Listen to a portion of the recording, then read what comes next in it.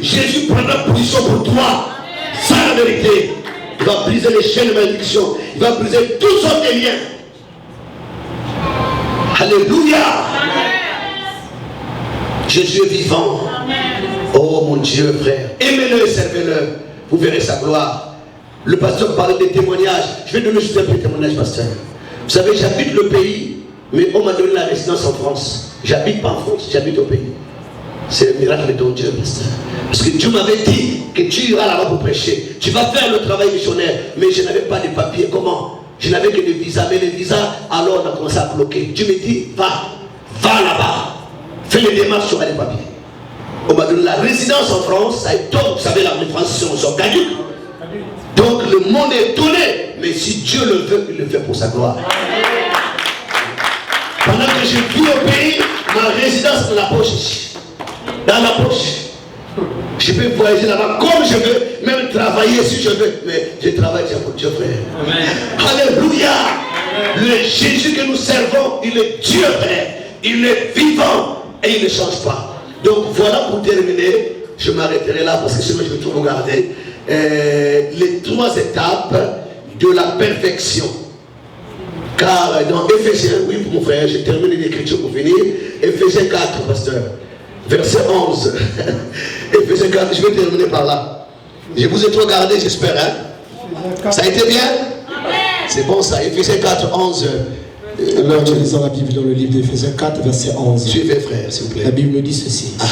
Et il a donné les uns comme apôtres, les autres comme prophètes, les autres comme évangélistes, les autres comme pasteurs et docteurs, pour le perfectionnement des saints, en vue de l'œuvre du ministère et de l'édification du corps de Christ. Continue, pasteur. Jusqu'à ce que nous soyons tous parvenus à l'unité de la foi et de la connaissance du Fils de Dieu, à l'état d'homme fait, à la mesure de la stature parfaite de Christ. Voilà. Ainsi, nous ne serons plus des enfants flottants, mais emportés à tout vent et doctrine. Voilà. Par la tromperie des hommes, par leur ruse dans les moyens de séduction, mais en professant la vérité, dans l'amour, nous croitons tout égard en celui qui est le chef Christ. Merci. Alors je commande pour terminer. Donc suivez juste mon petit commentaire, j'ai terminé.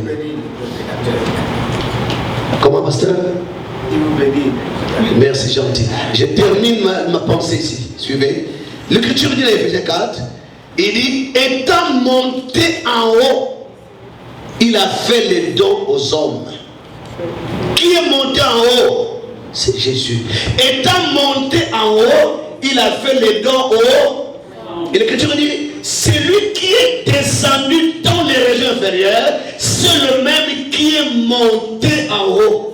Et étant monté, il a fait le don aux hommes. Il a donné aux uns comme apôtres, comme pasteurs, comme évangélistes, comme docteurs. Pourquoi? L'Écriture dit, pour le perfectionnement des saints. Donc Dieu veut que les saints arrivent à la perfection. Dieu veut que les saints arrivent à la perfection. C'est ça Dieu dans la grâce. Cette perfection, alors il a placé les 5 ministères. Amen. Pour le perfectionnement des saints et pour l'édification du corps de Christ, afin que nous soyons tous parvenus à l'unité de la foi, à la connaissance du Fils de l'homme, à la mesure de la stature parfaite de Christ. Voilà. Dieu veut que l'homme arrive à la mesure de la stature parfaite. Car l'homme parfait c'est Christ. Et Dieu veut nous amener à cette stature. Mais en passant au travers des 5 ministères. Que Dieu vous bénisse. Amen. Dieu vous bénisse.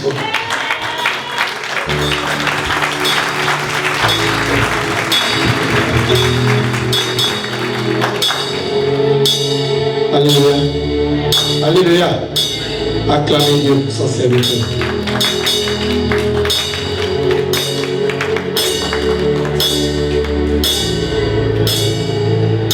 Voilà. Je crois vous avoir dit. Moi, j'avais eu le temps de m'asseoir à côté Et je l'ai entendu aussi parler. Vous avez entendu cet homme parler. Il était simple. Quand il a pris l'exemple de Jésus, il vous a dit,